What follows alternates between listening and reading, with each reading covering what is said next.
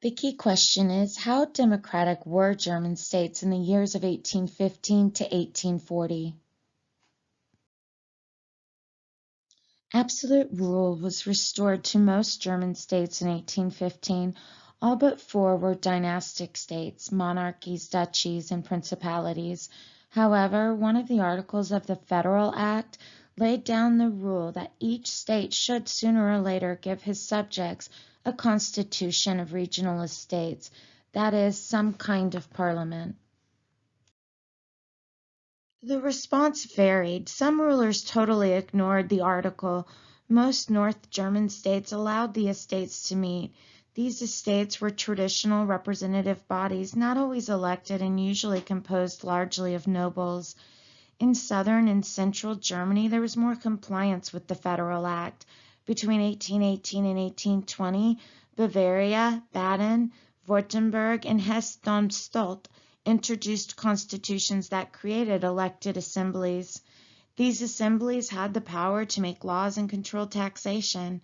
However, even in these states, the assemblies had limited influence. The monarchs continued to appoint their own ministers and retain real power. Little was done to encourage democratic reform in Austria.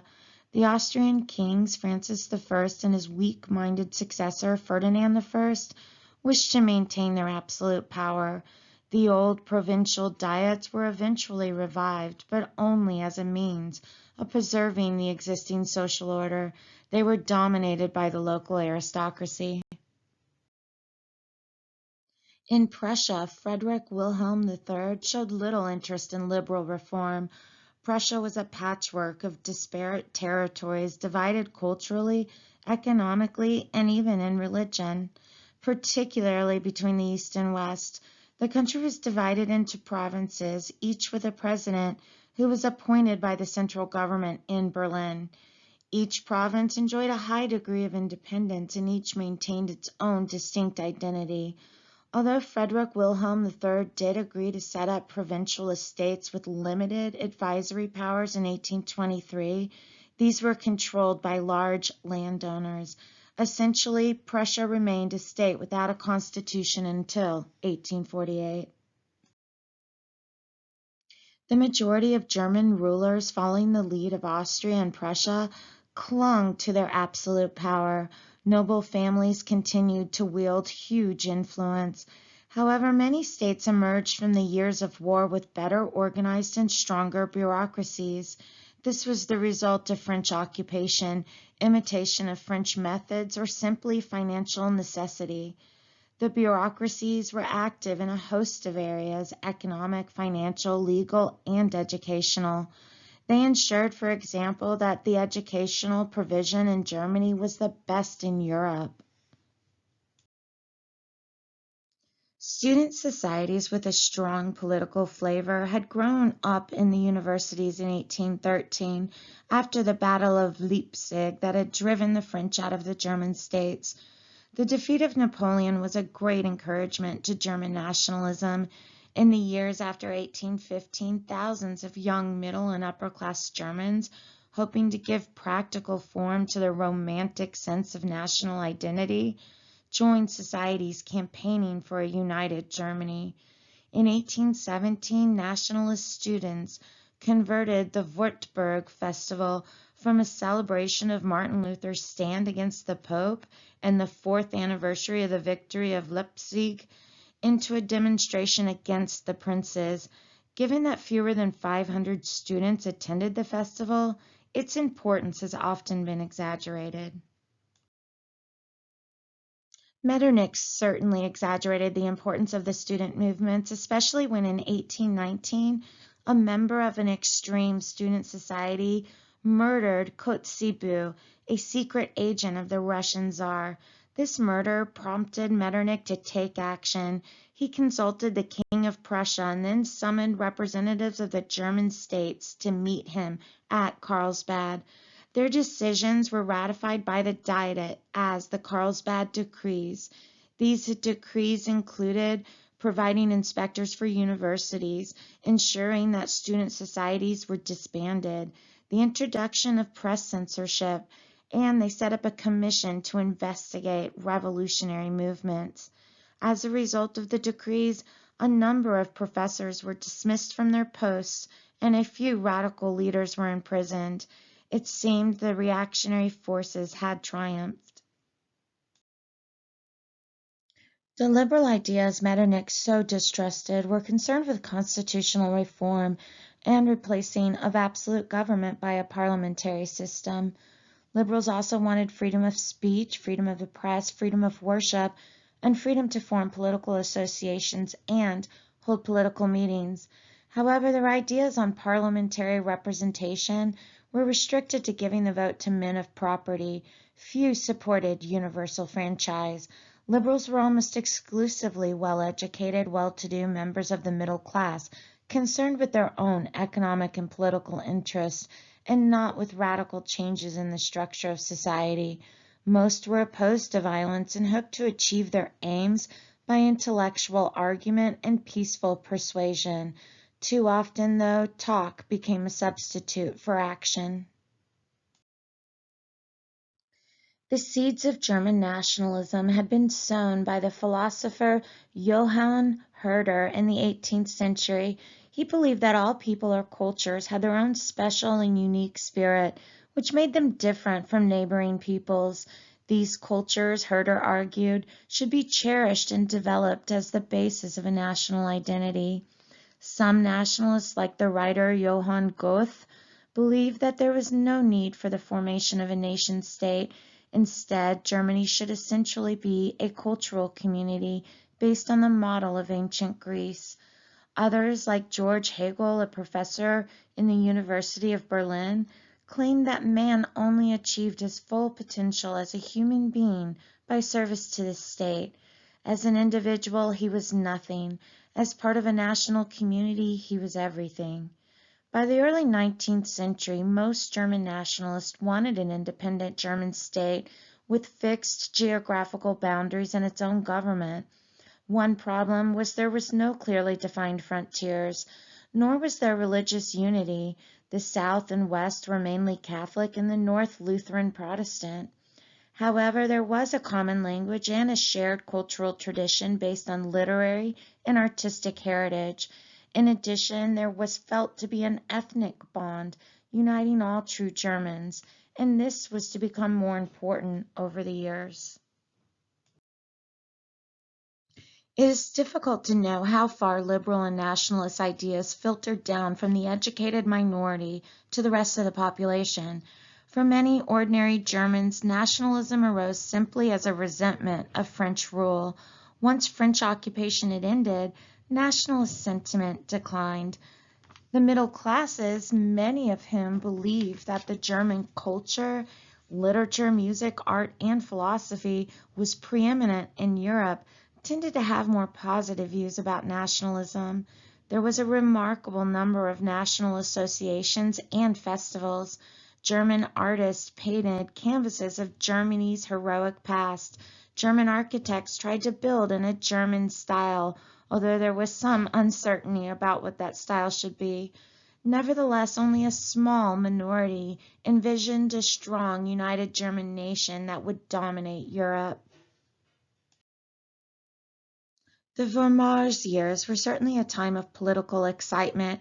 However, much of it was of an intellectual or theoretical kind. Lectures, books, and pamphlets which put forward the new ideas reached only a limited audience, rarely filtering down from the educated minority to the rest of the population. In some cases, however, the message was carried to the workers in cities by well-meaning liberals who set up study groups. Moreover, groups were sometimes formed by workers themselves. Some groups had several hundred members and discussed the possibility of revolution. Their politics often became democratic rather than liberal, centered on the sovereignty of the people rather than on the sovereignty of Parliament, on a republic rather than a monarchy, and on violence rather than peaceful means to obtain their ends. But however enthusiastic these groups were, they only involved a small proportion of workers in the cities, and the workers on land hardly at all. Metternich believed that the maintenance of international peace was directly linked with the prevention of revolution in individual states. Internal and international affairs were inseparable. What happened inside one state was concerned to other states and entitled them to intervene if they considered it necessary. The social order had to be defended against the forces of destruction. For Metternich, these forces were liberalism and nationalism. If these, in his view, revolutionary ideas spread, they could lead to the overthrow of absolute monarchy and the end of the multinational Austrian Empire. He therefore set his face against any constitutional change, however modest. Metternich supported the idea of European congresses, meetings of the great powers to discuss and settle international disagreements and maintain peace. At the Congress of Troppau in 1820, discussion centered on revolutions which had broken out in Spain, Portugal, Piedmont, and Naples. Tsar Alexander I of Russia, in sympathy with Metternich's reactionary beliefs, put forward a proposal that Russia, Austria, and Prussia should act jointly using force if necessary to restore any government which had been overthrown by force. The proposal was accepted, and in the Protocol of Troppau, Russia, Austria, and Prussia announced that they would never recognize the rights of people to restrict the powers of their king. This ran directly contrary to the ambitions of liberals and nationalists everywhere, and was particularly disappointing to those in the German states. Prussia, as well as Austria, was firmly ranged on the side of reaction.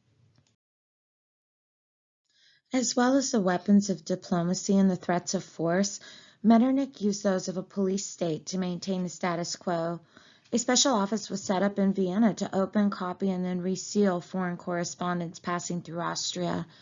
This gave him an enormous amount of secret information, and it was backed up by reports from his network of spies throughout Europe and by the work of his secret police.